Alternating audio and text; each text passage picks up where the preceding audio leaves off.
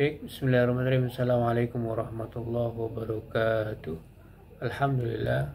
Alhamdulillah rabbil alamin. Wassalatu wassalamu ala asrafil anbiya'i wal mursalin wa ala alihi wa sahbihi wa man tabi'ahum bi ihsanin ila yaumil amma ba'd.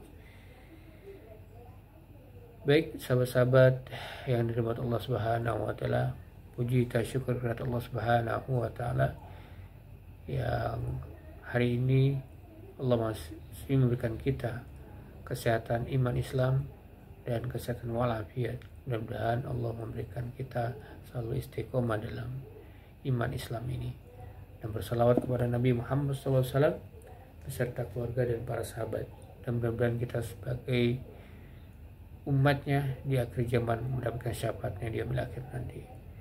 Baik, sahabat-sahabat, pada hari ini saya akan membicarakan fenomena perceraian di kalangan artis dilihat dari segi hukum perdata dan hukum Islam. Nah, mudah-mudahan presentasi ini untuk memenuhi tugas mata kuliah hukum pidana dan perdata, dan insya Allah untuk dosen pengampu oleh Bapak Sengki Nur Rahmadi SAMH. Ya, dalam hari ini saya akan berbicara tentang perceraian artis mobil khusus Bang Baim dan Mbak Paula. Sekarang media massa banyak sekali membicarakan tentang beliau. Saya akan melihat dari segi hukum perdata dan hukum Islamnya nanti yang akan bicarakannya. Saya ngambil dari bincangmuslimah.com Berita perceraian artis terkemuka Baim Wong dan Pak Paula cukup menyita perhatian publik akhir-akhir ini. Sidang putusan kasus tersebut yang digelar tanggal 16 April 2025 akhirnya memberikan kejelasan atas hubungan pernikahan keduanya. Dalam hukum perdata ada dua macam perceraian, yaitu cerai talak dan cerai gugat. Cerai talak adalah pihak laki-laki yang mengajukan permohonan cerai ke pengadilan. Sebaliknya, cerai gugat adalah pihak perempuan yang mengajukan permohonan cerai ke pengadilan. Nah, Indonesia sebagai negara hukum, perceraian baru tercatat ketika mengajukan ke pengadilan. Pada kasus Baim dan Paula tergolong cerai talak. Sengketa perceraian panjang dan kasus yang menjadi konsumsi publik memudahkan terbukanya ruang diskusi dari berbagai aspek. Terhitung sejak putusan kemarin, Pengadilan Agama Jakarta Selatan memutuskan Baim dan Paula telah resmi bercerai yang sah secara agama dan negara. Paula berhak menerima nafkah mut'ah sebesar 1 miliar dari mantan suami. Selain itu, pengadilan memutuskan hak asuh anak bersama secara bergantian dalam rentang waktu 2 minggu. Apa maksud nafkah mut'ah, nafkah idah dan nafkah madahiyah? Sepertinya sudah sering terdengar bahwa setelah suami menjatuhkan talak pada istri, hubungan mereka belum benar-benar lepas. Terdapat masa idah yang bisa menjadi kesempatan saling memperbaiki satu sama lain. Dalam masa idah, suami masih wajib memberikan sandang, pangan, dan papan kepada istrinya. Penerapan dalam hukum perdata Indonesia berdasarkan kompilasi hukum Islam, proses perceraian menimbulkan konsekuensi hukum berupa hak dan kewajiban. Hak tersebut mencakup nafkah mut'ah, nafkah idah, nafkah madliyah, hak hadnana, dan hak atas mahar yang belum terbayarkan. Nafkah mut'ah adalah sejumlah biaya sebagai bentuk hiburan bagi pihak istri setelah bercerai.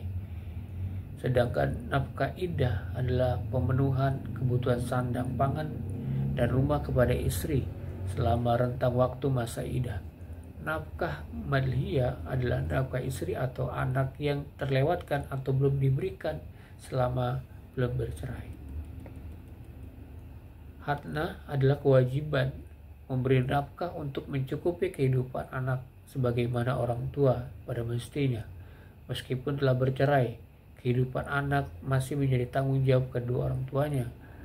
Kemudian mahar yang belum ditunaikan juga berhak untuk diminta saat proses perceraian. Dalam proses perceraian di pengadilan, pihak istri dapat mengajukan gugatan berupa nominal hak nafkah sebagai mestinya. Tetapi keputusan akhir tetap menunggu keputusan hakim yang menentukan terkabul atau tertolaknya gugatan tersebut. Nah, dalam kasus perceraian Bang Baim dan Paula, menurut keterangan Humas Pengadilan Agama Jakarta Selatan, Paula menuntut nafkah madhiyah sebesar 100 juta per bulan atau total 800 juta atas 8 bulan masa berpisah keduanya. Selain itu, Paula juga menggugat nafkah mut'ah selaku istri yang diceraikan sejumlah 3 miliar dan nafkah iddah sebelum 600 juta untuk masa iddah 3 bulan. Lalu kenapa Paula tidak mendapatkan hasil memuaskan atas gugatannya tersebut? Ya, penyebab istri tidak mendapatkan 3 nafkah penuh setelah cerai. Satu hal yang dapat merusak sebuah pernikahan atau nuyus. Secara singkat, nuyus adalah pembangkangan atau kedurhakaan istri terhadap suami. Menurut Wahbah Julai, nuyus istri adalah sikap durhaka istri yang tampak di hadapan suami berupa tidak mentaati perintah Allah untuk taat kepada suami. Dalam kajian lebih lanjut, nuyus bukan hanya sikap yang melekat untuk istri tetapi untuk suami yang durhaka juga. Ketentuan tentang nuyus dalam Al-Quran sebagaimana dalam penjelasan Quran surat An-Nisa ayat 34, dari ayat tersebut secara tersirat hukuman bagi pelaku nuyus. Ada 3 tahap, yaitu menasihati, berpisah tempat tidur, dan terakhir memukul dengan tidak menyakiti. Konsep nuyus diadopsi dalam hukum positif Indonesia yang dapat ditemukan pada kompilasi hukum Islam pada pasal 84. Dalam kompilasi hukum Islam, jika istri nuyus kemudian suami menjadi tidak berlaku kecuali kepada anaknya. Nah, penentuan nuyus istri tergantung pada bukti yang ada dan sah menurut putusan hakim. Dalam kasus perceraian Baim dan Paula, setelah proses persidangan yang panjang, kedua belah pihak tentu memaparkan bukti untuk kepentingan masing-masing. Boleh jadi bukti yang diajukan oleh pihak penggugat atau Baim lebih kuat sehingga pihak tergugat Paula hanya menerima nafkah mut'ah. Dari kabar yang tersebar terbukti atas 3 dalam rumah tangga dan Baim dan Paula. Adanya pihak ketiga menjadi salah satu pertimbangan penting untuk memutuskan bahwa pihak istri telah melakukan nuyus. Inilah yang menyebabkan Paula hanya mendapatkan nafkah mut'ah sejumlah 1 miliar. Sedangkan tuntutan nafkah iddah dan nafkah nadliyah yang diajukan pihak pengadilan tidak dikabulkan dalam pengadilan tidak dikabulkan. Kompromi hukum Islam dan hukum positif, mungkin masih ada yang bingung. Cerai bukanlah langsung bisa dengan menjatuhkan talak. Betul, perceraian sebenarnya sudah sah dengan menjatuhkan talak, namun itu baru perceraian secara agama. Indonesia sebagai negara hukum telah mengadopsi hukum Islam sebagai pedoman pernikahan untuk Muslim di Indonesia. Hukum perundang-undangan itulah yang wajib diikuti oleh seluruh masyarakat. Jadi perceraian baru sah dan terdata jika telah melalui proses pengadilan. Kehidupan rumah tangga sudah pasti sangat kompleks. Banyak hal terjadi yang tidak bisa membukanya di depan umum, apalagi membuktikannya. Pada beberapa kasus, jika rumah tangga sudah tidak nyaman dan banyak mudarat di dalamnya, pengajuan gugatan perceraian bahkan hanya dengan harapan bisa berpisah. Bagaimanapun, majelis agama merupakan pihak yang memiliki wewenang menentukan keputusan perceraian. Apa yang telah diputuskan hendaknya dapat dipatuhi oleh kedua belah pihak. Sengketa perceraian artis atau tokoh publik yang terpublish di media sosial hendaknya bukan hanya jadi bahan gosip dan saling adu argumen, melainkan sebagai bahan pembelajaran dalam mengarungi kehidupan pernikahan.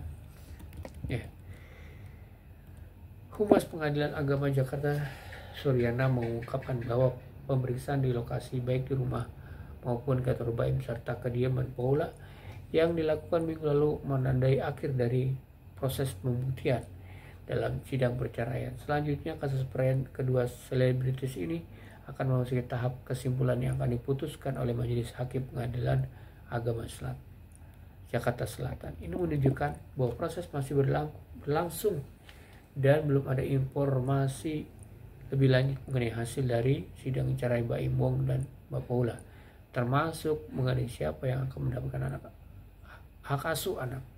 Semua keputusan masih dalam pertimbangan Majelis Hakim.